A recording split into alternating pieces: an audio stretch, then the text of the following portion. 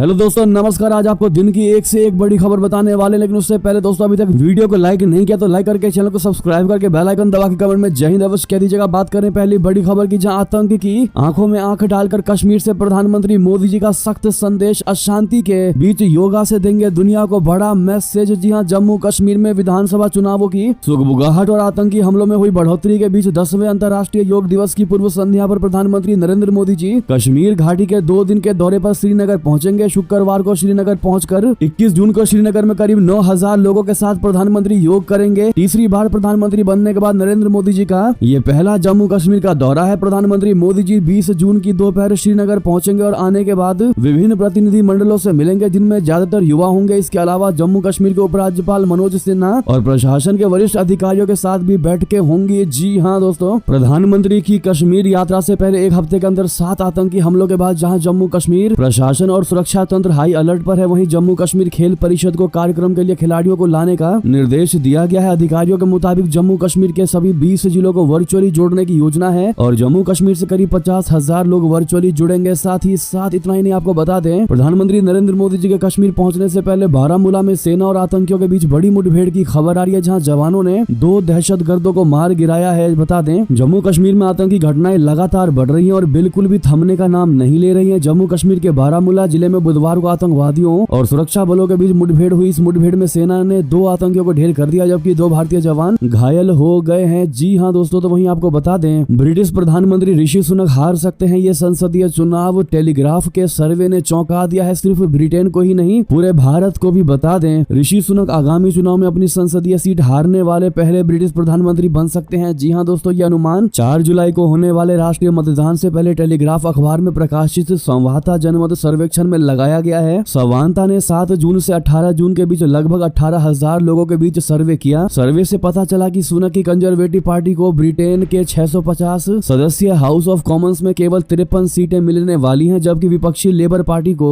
516 सीटें मिलने का अनुमान है। अधिकांश जनमत सर्वेक्षणों में वर्तमान में कीर स्टारमर की लेबर पार्टी को राष्ट्रीय वोट शेयर में सत्तारूढ़ कंजर्वेटिव पार्टी से लगभग 20% अंक आगे बताया गया है। टेलीग्राफ की रिपोर्ट के अनुसार सुनक के उत्तरी इंग्लैंड में अपने संसदीय क्षेत्र को खोने का पूर्वानुमान है। हालांकि इसके बावजूद जिसे कभी सुरक्षित कंजर्वेटिव सीट माना जाता था, संवाददाता ने कहा कि करीबी अंतर को देखते हुए मुकाबला अभी भी संतुलन में है। ऐसे में क्या लगता है दोस्तों आपको, क्या ब्रिटेन में पहले हिंदू भारतीय मूल के हिंदू दोस्तों प्रधानमंत्री बने थे, क्या वाकई में ये हार जाएंगे? आपकी क्या इस पर राय होने वाली दोस्तों बताइएगा जरूर, क्योंकि सर्वे तो यही कहते हैं। वहीं आपको बता दें, आतंकी हरदीप सिंह निज्जर की हत्या पर कनाडा की संसद ने रखा मौन, तो भारत ने दिया ओटावा को करारा जवाब। दरअसल कनाडा की संसद ने खालिस्तानी आतंकी हरदीप सिंह निज्जर की हत्या पर मौन रखकर उसको श्रद्धांजलि दी, तो भारत ने ओटावा को करारा जवाब देने में कोई कसर नहीं छोड़ा। खालिस्तानी आतंकियों द्वारा 1985 में एक भारतीय नागरिक विमान को उड़ाए जाने की घटना की याद करते हुए भारत ने कनाडा का नाम लिए बिना कहा कि भारत आतंकवाद से निपटना अच्छे से जानता है। आपको बता दें कि नागरिक विमानन के इतिहास में सबसे जघन्य आतंकवादी हवाई दुर्घटना कनिष्क बम विस्फोट को याद करते हुए वैंकूवर स्थित भारत के महावाणिज्य दूतावास ने कनाडा का नाम लिए बिना उसे करारा जवाब दिया। भारतीय दूतावास ने कहा कि भारत आतंकवाद की समस्या से निपटने में सबसे आगे है और इस वैश्विक खतरे से निपटने के लिए सभी देशों के साथ मिलकर काम कर रहा है। उल्लेखनीय है कि मॉन्ट्रियल नई दिल्ली एयर इंडिया कनिष्क उड़ान संख्या 182 में 23 जून 1985 को लंदन के हीथ्रो हवाई अड्डे पर उतरने से 45 मिनट पहले विस्फोट हो गया, जिससे विमान में सवार सभी 329 लोग मारे गए थे और इनमें अधिकांश भारतीय मूल के कनाडाई थे। ऐसे में भारत ने इस मुद्दे पर कनाडा को घेर लिया दोस्तों, बिना उसका नाम लिए। लेकिन भारत को भी पता है कैसे जवाब देना है। ऐसे में हम भारतीय, हमें गर्व है, कहना मत भूलिएगा। तो वहीं आपको बता दें, इस्लाम के खिलाफ चीन की नापाक हरकत निकलकर आई सबके सामने। सैकड़ों धार्मिक उइगर गांवों के नाम बदले। जी हां, चीन ने उइगरों के खिलाफ व्यवस्थित कार्रवाई को जारी रखा हुआ है। एक नई रिपोर्ट में खुलासा हुआ है कि चीन ने उइगरों के लिए धार्मिक, ऐतिहासिक या सांस्कृतिक अर्थ वाले सैकड़ों गांवों और कस्बों के नाम व्यवस्थित रूप से बदलकर ऐसा नाम रखा है जो चीनी कम्युनिस्ट पार्टी की विचारधारा से मेल खाते हैं। द गार्डियन की रिपोर्ट के अनुसार ह्यूमन राइट्स वॉच और नॉर्वे स्थित उइगर हेजेल्प द्वारा बुधवार को जारी एक शोध में लगभग 630 समुदायों के नाम दर्ज किए गए हैं, जिनके नाम चीनी सरकार ने बदले हैं। इनमें से अधिकांश गांवों के नाम तब बदले गए जब उइगरों पर कार्यवाही अपने चरम पर था। इसे कई देशों की सरकारों और मानवाधिकार निकायों ने नरसंहार बताया है। जी हां, रिपोर्ट में कहा गया है कि 2009 और 2023 के बीच हजारों नाम परिवर्तन हुए हैं। तो वहीं आपको बता दें, आतंकवाद से डरा आतंकी मुल्क पाकिस्तान यूनाइटेड नेशन के सामने अभियान चलाने के लिए गिड़गिड़ाया। जी जी हाँ, भारत के खिलाफ हजार जख्म की नीति अपनाकर लगातार आतंकवाद को बढ़ावा देने वाला देश पाकिस्तान अब आतंकवाद से डरने लगा है। जी हाँ, पाकिस्तान के यूनाइटेड नेशन में एम्बेसडर मुनीर अकरम ने यूनाइटेड नेशन की चौथी रिव्यू काउंसिल में कहा कि पाकिस्तान आतंकवादी संगठनों द्वारा उपयोग किए जा रहे नए तकनीक के हथियारों को लेकर चिंतित है। तहरीक-ए-तालिबान पाकिस्तान जैसे आतंकवादी संगठनों के पास लगातार हथियारों की नई तकनीकें आ रही हैं। टीटीपी जैसे सभी संगठनों के खिलाफ हमें संयुक्त अभियान चलाना चाहिए। इसके साथ ही एक जांच कमेटी भी बैठानी चाहिए जो ये पता करे कि आखिर इन संगठनों तक हथियार पहुंच रहा है तो पहुंच कैसे रहा है। मुनीर ने कहा कि हमने तहरीक-ए-तालिबान पाकिस्तान पर बैन लगा रखा है, लेकिन वे हमला करके अफगानिस्तान में छुप कर बैठ जाते हैं। पिछले महीने अफगानिस्तान में पाकिस्तान के दूत आसिफ अली दुर्रानी ने कहा था कि पाकिस्तान पर टीटीपी के हमले पिछले 2 साल में 60 गुना ज्यादा बढ़े हैं। ये दिखाता है कि काबुल पर तालिबान के कब्जे के बाद आतंकवाद में कैसे बढ़ावा हुआ है। साथ ही साथ बता दें, डीआरडीओ और भारतीय कंपनियों ने पेरिस रक्षा प्रदर्शनी में भारत निर्मित हथियार और तकनीक का प्रदर्शन किया। जी हाँ, फ्रांस में आयोजित यूरेसिटी 2024 रक्षा प्रदर्शनी में सार्वजनिक और निजी दोनों क्षेत्रों की भारतीय रक्षा कंपनियां भाग ले रही हैं। प्रदर्शनी में Pinaka multi barrel rocket launcher system और LCA तेजस लड़ाकू विमान जैसे भारतीय उत्पादों का प्रदर्शन किया जा रहा है। इस प्रदर्शनी में भारत के मंडप का उद्घाटन सोमवार 17 जून को फ्रांस में भारतीय राजदूत जावेद अशरफ ने किया। भारत इलेक्ट्रॉनिक्स लिमिटेड के अधिकारियों ने बताया है कि इस अवसर पर भारत इलेक्ट्रॉनिक्स लिमिटेड के निदेशक मनोज जैन और केवी सुरेश कुमार, फ्रांस में भारत के रक्षा अताशे ब्रिगेडियर जुबिन भटनागर और रक्षा सार्वजनिक क्षेत्र के उपक्रमों और रक्षा अनुसंधान एवं विकास संगठन के वरिष्ठ अधिकारी उपस्थित थे। जी हाँ दोस्तों, इस शो में बड़ी संख्या में भारतीय कंपनियां भाग ले रही हैं और जिसमें डीआरडीओ 11 प्रमुख रक्षा प्रौद्योगिकियों और उत्पादों का प्रदर्शन कर रहा है। साथ ही साथ आपको बता दें, भारत से ब्रह्मोस खरीद कर भी सुरक्षित नहीं है फिलीपींस। कौन सी चुनौतियों से परेशान चीन का ये कट्टर दुश्मन। दरअसल दक्षिण चीन सागर में चीन के साथ बढ़ते तनाव के बीच फिलीपींस ने अपने पहले BrahMos anti ship missile base का निर्माण किया है। इसे फिलीपींस के लिए सैन्य आधुनिकीकरण की दिशा में उठाया गया एक साहसिक कदम माना जा रहा है। हालांकि अपर्याप्त खुफिया निगरानी और टोही और वायु रक्षा क्षमताओं, संभावित सैन्य चुनौती और क्षेत्रीय भू राजनीति की जटिलताओं यानी कॉम्प्लेक्सिटी के कारण इस कदम की सफलता खतरे में है। इस महीने नेवल न्यूज ने बताया था कि फिलीपींस पश्चिमी लुजोन के जाम्बलेस में नौसेना स्टेशन लियो विगुल्डो गेंटी योकी में अपना पहला BrahMos anti ship missile base बना रहा है। विवादित दक्षिण चीन सागर के सामने स्थित इस बेस में 2022 में $375 मिलियन के ऐतिहासिक सौदे में भारत से प्राप्त सुपरसोनिक क्रूज मिसाइलों को रखा जाएगा। जी हाँ दोस्तों, फिलीपींस को निर्यात की गई 3 ब्रह्मोस मिसाइल बैटरियां भारत के अत्यधिक सम्मानित मिसाइल सिस्टम की पहली अंतर्राष्ट्रीय बिक्री है। इस मिसाइल पर दुनिया भर के देशों की निगाहें टिकी हैं, जिनमें वियतनाम और इंडोनेशिया भी शामिल है। हाथों हाथ आपको बड़ी खबर बता दें, राफा में और अंदर घुसी इजरायली सेना फिर घर छोड़कर भागने पर मजबूर हुए फलस्तीनी। दरअसल इजरायली टैंक, युद्धक विमानों और ड्रोनों के साथ बुधवार को गाजा पट्टी के शहर राफा के पश्चिमी भाग में और भी अंदर घुस गए। इस दौरान हुई मुठभेड़ में 8 लोगों की मौत का दावा किया गया है। अभी तक ये साफ नहीं हो पाया है कि मरने वाले हमास के लड़ाके थे या फिर आम नागरिक थे। निवासियों ने बताया है कि टैंक आधी रात के बाद 5 इलाकों में घुस गया। उन्होंने बताया कि तटीय क्षेत्र के पश्चिमी में अल मवासी क्षेत्र में विस्थापित परिवारों के तंबुओं पर भारी गोलीबारी हुई। युद्ध के लगभग 8 महीने बाद भी लड़ाई में कोई कमी नहीं आई है। साथ ही साथ बता दें, अमेरिका की कौन सी एंटी टैंक मिसाइल का फैन हुआ ताइवान अब चीन के खिलाफ करेगा इसका इस्तेमाल। जी हाँ, चीन की आक्रामकता को देखते हुए ताइवान भी जंग की तैयारियों में जुट गया है। इस काम में ताइवान की सबसे ज्यादा मदद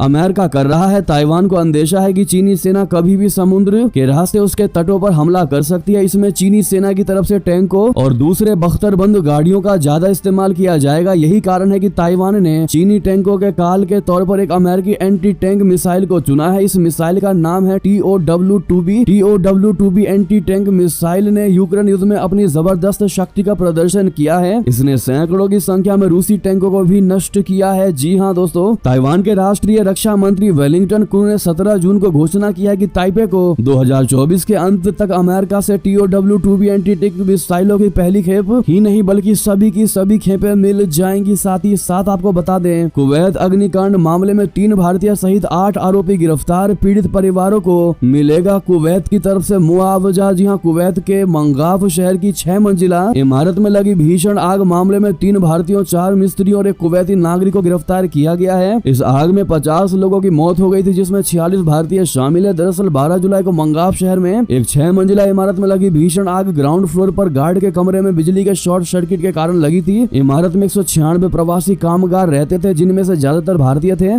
अखबार ने बताया है कि कुवैत के अमीर शेख मिशेल अल अहमद अल जबर अल सबाह के आदेश पर पीड़ितों के परिवारों को 15-15 हजार अमेरिकी डॉलर यानी करीब 12.5 लाख रुपए हर किसी को एज अ मुआवजा मिलेगा। साथ ही साथ बता दें, रशिया से रिश्तों के कारण भारत गंवा सकता है अपना खास दोस्त। यूक्रेन पर चुप्पी क्यों पड़ रही है भारी? दरअसल भारत ने दुनिया में कूटनीतिक रिश्ते कायम रखने में बेहद सकारात्मक भूमिका निभाई है। दुनिया के लगभग सभी शक्तिशाली देशों के साथ भारत के अच्छे संबंध हैं। G7 समूह का सदस्य न होने के बावजूद भी भारत को शिखर सम्मेलन में ऐसे आमंत्रित किया गया जैसे वो सदस्य से भी ऊपर हो। भारतीय प्रधानमंत्री नरेंद्र मोदी हाल में ही इटली में आयोजित G7 शिखर सम्मेलन में शामिल हुए। वहां वो कई नेताओं के साथ एक ही फ्रेम में कैद हुए। तीसरी बार प्रधानमंत्री पद की शपथ लेने के बाद मोदी जी को दुनिया के लगभग सभी शक्तिशाली देशों के राष्ट्राध्यक्षों से शुभकामनाएं मिली हैं। इनमें से कई लोग शपथ ग्रहण समारोह में भी मौजूद थे। जी हाँ दोस्तों, हालांकि वैश्विक कूटनीतिक हलकों में भारत की तारीफ की जाती है, मगर मौजूदा राजनीतिक स्थिति को अगर देखें तो भविष्य में भारत के लिए परेशानी हो सकती है। जी हाँ, इसके पीछे की वजह रशिया के साथ भारत के रिश्ते हैं। रशिया से दोस्ती भारत को खतरे में डाल सकती है। हाल ही में विभिन्न मीडिया में यह दावा किया जा रहा है कि इस बार जापान कुछ भारतीय कंपनियों पर प्रतिबंध लगा सकता है। इससे भारत के व्यापार में नुकसान होने की खतरा है। जापान और भारत के बीच शुरू से ही अच्छे संबंध रहे हैं। भारतीयों के स्वतंत्रता संग्राम में मदद के लिए जो विदेशी शक्तियां आगे आई उनमें जापान ने अग्रणी भूमिका निभाई थी। इतिहास के पन्नों में ऐसी कई कहानियां लिखी हुई हैं। साथ ही साथ आपको बता दें, रूस ने मैदान में उतारा S-500 air defence system. Tension में आ गया अमेरिका। F-22 जैसे ब्रह्मास्त्र हो सकते हैं इसके आगे फेल। दरअसल रूसी सेना की ओर से हाल में ही लेटेस्ट जनरेशन की air defence missile system S-500 की तैनाती की घोषणा की है। रूसी एयर डिफेंस अमेरिकी F-22 रैप्टर और F-35 लड़ाकू विमानों के लिए नया खतरा है, क्योंकि नई रूसी S-500 वायु रक्षा मिसाइल प्रणाली F-35 और F-22 रैप्टर जैसे स्टील्थ लड़ाकू विमानों को रोकने में सक्षम होगी। रूसी रक्षा मंत्रालय की रिपोर्ट का कहना है कि S-500 की तैनाती काफी लंबे परीक्षण के बाद किया गया है। रूस ने S-500 को इसके पूर्ववर्ती S-400 के अपग्रेड करते हुए तैयार किया है। इसकी तैनाती यूक्रेन के खिलाफ महत्वपूर्ण रणनीतिक स्थान पर की गई है। रूस ने यह कदम ऐसे समय में उठाया है जब यूक्रेन के खिलाफ लड़ाई में उसके S-400 एयर डिफेंस सिस्टम को नुकसान उठाना पड़ा है। साथ ही साथ आपको बता दें, आखिर लोकसभा चुनाव में 7 समंदर पार से कौन कर रहा था बड़ा खेला? इस रिपोर्ट में खिलाड़ी का नाम भी आ गया सामने। जी हां, हाल ही में संपन्न भारत के लोकसभा चुनाव 2024 को विदेशी ताकतों ने प्रभावित करने की कोशिश की थी। दुनिया भर में इंफॉर्मेशन वारफेयर और साइकोलॉजिकल ऑपरेशन को ट्रैक करने वाली संस्था बोले तो डिसइंफो लैब ने यह दावा किया है। रिपोर्ट के मुताबिक जब भारत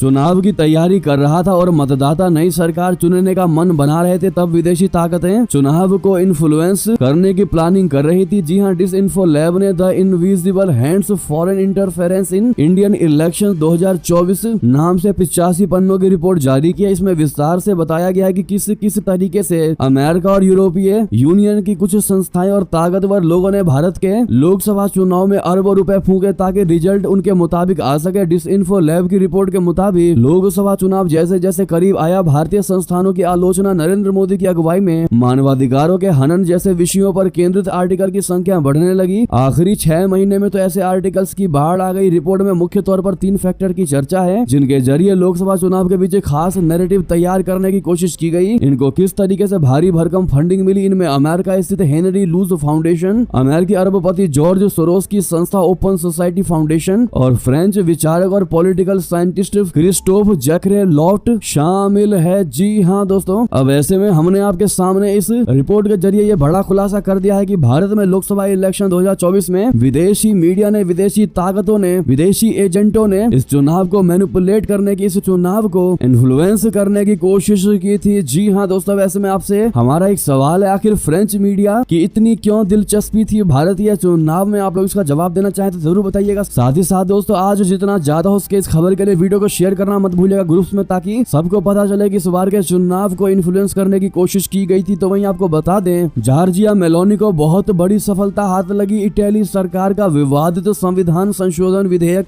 सीनेट में हो गया मंजूर। जी हाँ, इतालवी सीनेट में प्रधानमंत्री जॉर्जिया मेलोनी की सरकार द्वारा पेश विवादास्पद संवैधानिक सुधार को मंजूरी दे दी है। रोम में मंगलवार को संसद के निचले सदन में सुधार के पक्ष में कुल 109 सदस्यों ने मतदान किया, जबकि 77 ने इसके खिलाफ मतदान किया। विधेयक को कानून बनने से पहले अब भी कई बाधाओं को पार करना है। मतदान के बाद सत्तारूढ़ दलों ने जश्न मनाया, जबकि विपक्ष ने विरोध किया। संवैधानिक सुधार में ये प्रावधान है कि भविष्य में प्रधानमंत्री को पूरे 5 साल के लिए सीधे चुना किया जाएगा। साथ ही साथ बता दें भारत की नजर सिर्फ पाकिस्तान ही नहीं बल्कि चीन पर भी रही है। जी हां, परमाणु हथियारों में पिछड़ने पर पाकिस्तानी एक्सपर्ट का बहुत बड़ा रिएक्शन आडवाणी वाजपेयी का भी किया इन्होंने जिक्र। दरअसल भारत परमाणु हथियारों की संख्या के मामले में पड़ोसी मुल्क पाकिस्तान से आगे निकल गया है। स्वीडन के Stockholm International Peace Research Institute ने अपनी रिपोर्ट में बताया कि भारत के पास पाकिस्तान से 2 परमाणु हथियार ज्यादा हो चुके हैं। वैश्विक हथियार ट्रैकर SIPRI के मुताबिक भारत का परमाणु हथियार भंडार 25 वर्षों में पहली बार पाकिस्तान से बढ़ा हुआ है। भारत ने पिछले साल अपने जखीरे में 8 परमाणु हथियार जोड़े हैं, जिससे उसके हथियारों की संख्या 164 से बढ़कर 172 हो गई है। पाकिस्तान का परमाणु भंडार 170 और अस्थिर है। पाकिस्तान के यूट्यूबर और राजनीतिक टिप्पणीकार कमर चीमा ने इस पर प्रतिक्रिया देते हुए कहा कि भारत और पाकिस्तान का न्यूक्लियर प्रोग्राम अलग दिखाई देता है। कमर चीमा ने कहा कि न्यूक्लियर हथियारों पर जो ये रिपोर्टें आई हैं वो कहती हैं कि रशिया, अमेरिका, इजराइल, फ्रांस जैसे देश लगातार अपने परमाणु हथियार बढ़ा रहे हैं। दुनिया भर में माना जाता है कि 12,000 से ज्यादा न्यूक्लियर हथियार हैं। वहीं जहां तक भारत और पाकिस्तान की बात है तो इन दोनों के न्यूक्लियर प्रोग्राम में एक फर्क रहा है। पाकिस्तान के परमाणु कार्यक्रम के पीछे सिर्फ भारत है, जबकि भारत की निगाह चीन पर है। यानी कि कमर चीमा ने क्लियर कह दिया है कि भारत कभी भी पाकिस्तान से आगे निकलने की कोशिश में नहीं रहा। भारत हमेशा अपने बड़े प्रतिद्वंदियों को देखता है और वो चाइना को पछाड़ने की कोशिश में लगा हुआ है। ऐसे में अगर आप भी मानते हैं कि भारत कभी भी छोटी उम्मीद लेकर नहीं बैठता और वाकई में एक दिन चीन को भी पछाड़ देगा दोस्तों, तो अपनी राय अवश्य दीजिएगा। मेरा भारत महान कहना मत भूलिएगा। साथ ही साथ आपको बता दें अगली बड़ी खबर, जहां उत्तर कोरिया के दौरे पर पहुंचे पुतिन ने किम जोंग उनको भेंट की रूस निर्मित लग्जरी कार। जैसा कि आप देख पा रहे हैं, उत्तर कोरिया के दौरे पर पहुंचे रूसी राष्ट्रपति व्लादिमीर पुतिन ने किम जोंग उनको एक रशिया की निर्मित यानी made in Russia luxury car भेंट की है। प्योंगयांग के सरकारी मीडिया ने बताया है कि लिमोजिन रविवार को नेता किम जोंग उनके शीर्ष सहयोगियों को सौंप दी गई है। क्रेमलिन के प्रवक्ता दिमित्री पेस्कोव ने बाद में उपहार की पुष्टि करते हुए कहा है कि ये एक पूर्ण आकार की लग्जरी सेडान कार है जिसका उपयोग स्वयं पुतिन करते हैं। जी हां दोस्तों, बता दें रूस द्वारा यूक्रेन पर आक्रमण के बाद अंतर्राष्ट्रीय स्तर पर अलग थलग पड़े इन दोनों देशों के बीच घनिष्ठ संबंध बन गए हैं। माना यह जा रहा है कि उत्तर कोरिया रशिया को युद्ध के लिए तोपे, रॉकेट और बैलिस्टिक मिसाइलें मुहैया करा रहा है, जबकि दोनों देशों पर अंतर्राष्ट्रीय प्रतिबंध है। दोनों ही पक्ष प्रतिबंधों का उल्लंघन करने से इनकार करते हैं। तो वहीं आपको बता दें भारत को छोड़ इस मुस्लिम देश में बस सकते हैं कई करोड़पति। इस साल 4300 के पलायन का है अनुमान, रिपोर्ट में हुआ है ये खुलासा। दरअसल international investment firm Henley and Partners ने अपनी हालिया रिपोर्ट में दावा किया है कि इस साल यानी 2024 में करीब 4300 करोड़पति भारत छोड़ सकते हैं और दूसरे देशों में जाकर बस सकते हैं। हेनले एंड पार्टनर्स की रिपोर्ट में कहा गया है कि हिंदुस्तान छोड़ने वाले करोड़पतियों में से बड़ी संख्या में लोग संयुक्त अरब अमीरात यानी यूनाइटेड अरब अमीरात UAE को अपना पसंदीदा गंतव्य स्थान के रूप में चुन सकते हैं, ये रिपोर्ट कहती है दोस्तों। लेकिन इस पर आपकी क्या टेक होने वाली है बताइएगा जरूर। तो वहीं आपको बता दें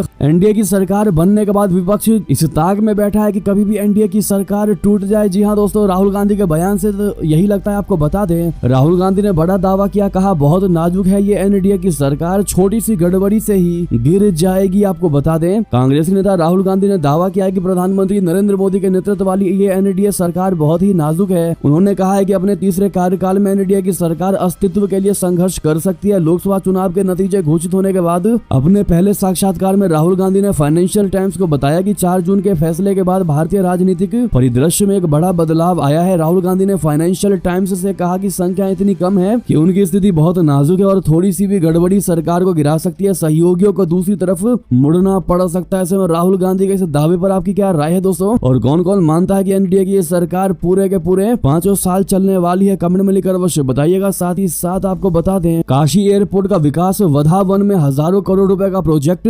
इंफ्रास्ट्रक्चर पर जोर। जी मोदी कैबिनेट ने अहम फैसले लिए हैं। आपको बता दें मोदी सरकार बनने के बाद कैबिनेट की बुधवार यानी 19 जून को दूसरी बैठक हुई। इस मीटिंग में कई अहम और बड़े फैसले लिए गए, जिसमें किसानों के न्यूनतम समर्थन मूल्य यानी MSP बढ़ाने से लेकर काशी एयरपोर्ट का विस्तार और इंफ्रास्ट्रक्चर पर जोर दिया गया है। इसके साथ ही deep draft greenfield port को मंजूरी भी दे दी गई है। महाराष्ट्र के दहानू के पास वधावन में 76,220 करोड़ रुपए की लागत से एक प्रमुख बंदरगाह की स्थापना को मंजूरी दे दी गई है। इसमें भूमि अधिग्रहण की लागत भी शामिल है। इस परियोजना का निर्माण वधावन पोर्ट प्रोजेक्ट लिमिटेड करेगा। तो वहीं आपको बता दें कांग्रेस ने प्रधानमंत्री मोदी के बिहार दौरे पर साधा निशाना, कहा विशेष राज्य का दर्जा देने का वादा कब पूरा करोगे? जी हां, कांग्रेस ने प्रधानमंत्री नरेंद्र मोदी के बिहार दौरे के मद्देनजर बुधवार को राज्य से संबंधित कुछ विषयों को लेकर उन पर निशाना साधा और सवाल किया कि उन्होंने अपने वादे के मुताबिक बिहार को अब तक विशेष राज्य का दर्जा क्यों नहीं दिया। कांग्रेस ने नीट परीक्षा में कथित प्रश्न पत्र लीक का विषय उठाते हुए ये भी कहा कि क्या प्रधानमंत्री छात्रों दूसरों को ये भरोसा दिला सकते हैं कि इस मामले में सुधारात्मक कदम उठाए जाएंगे। बहरहाल दोस्तों, विपक्षियों के ये सवाल वाकई में दिखाते हैं कि वो चाहते हैं कि एनडीए की सरकार गिर जाए। बहरहाल आपकी क्या राय है बताना मत भूलिएगा। आपको याद होगा इस चुनाव में भी विपक्षियों ने ऐसे लुभावने वादे कर दिए थे जिन्होंने जनता को अपनी तरफ मोड़ लिया था। साथ ही साथ